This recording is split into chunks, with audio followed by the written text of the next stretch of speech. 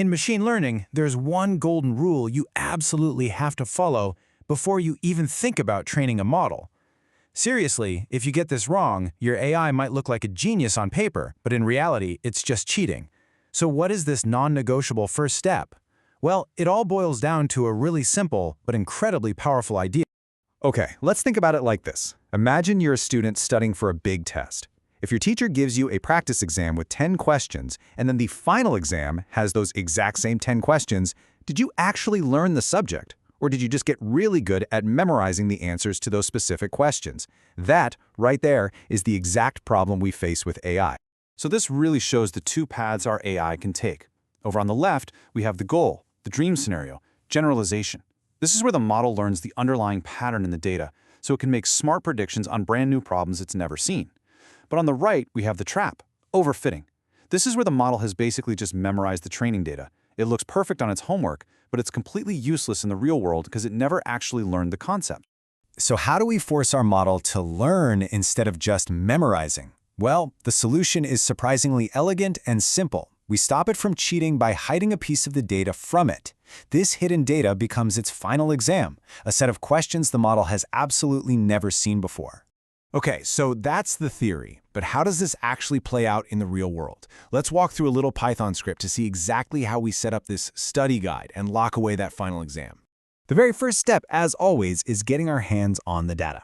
Here we're using a common library called Pandas to create a simple little data set from scratch. Just think of it as a roster for 10 students. We've got one column for the hours they studied and a second column for the final score they got on the test. This is our entire universe of information to start with. And here it is. This is our full data set. Super simple, right? 10 students, how long they studied, and what score they got.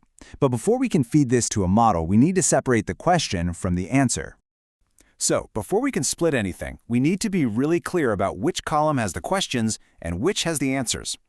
In machine learning lingo, we call the questions, the input data, our features, and we usually label them with a capital X. And the answers, the thing we're trying to predict, we call those our labels, and we label them with a lowercase y. And now we get to the single most important line of code in this entire process. I'm not kidding, this is the moment we take all our data and officially hide the final exam questions. To do this, we're going to use a fantastic function from a library called scikit-learn. So this one function, train_test_split, does all the heavy lifting for us. We just give it our features, x, and our labels, y. Then we tell it test size equals 0.2, which just means, hey, hold back 20% of the data for the final exam.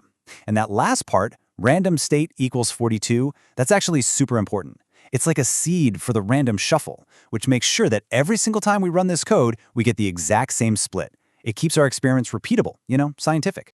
Okay, we've run the code. We told it to split our 10 data points, putting 20% aside for the test. So, did it actually work? Let's check the numbers and see what we got. And there we go. The function created our training set, and it contains 8 data points. This is our model's homework. These are the examples it's allowed to study to figure out the relationship between studying and scores. Which, of course, means the remaining 2 students make up our test set. These 2 data points are now locked away in a digital vault. The model will never, ever see them while it's training. They're saved just for that final exam. Here's a look at those 8 rows of data that make up our actual training set. And if you look at the index numbers on the far left, you'll see they're all jumbled. 8, 2, 5, and so on. This is our proof that the function didn't just grab the first 8 students, it randomly shuffled and selected them for the homework assignment. And here they are, the 2 lone data points that form our final exam. These 2 students, index 1 and 7, were randomly chosen to be held out.